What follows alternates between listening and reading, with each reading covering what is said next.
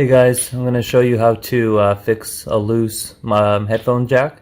So if you put it in here, I'm going to use barely any effort and it's going to come loose. So if you're using auxiliary cable while driving or anything like that, it just comes out all the time.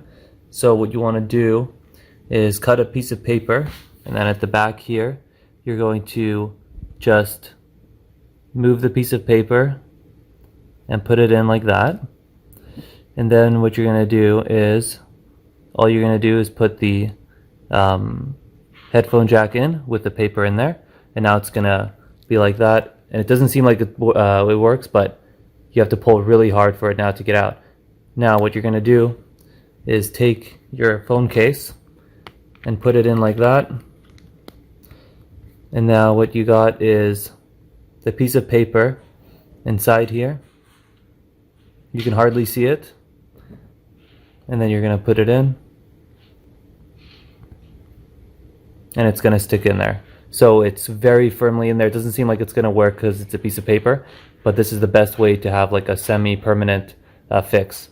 So again, you pull it out, it's still going to stay in there. You could barely see it. It's all hidden within the phone case, just like that. Okay?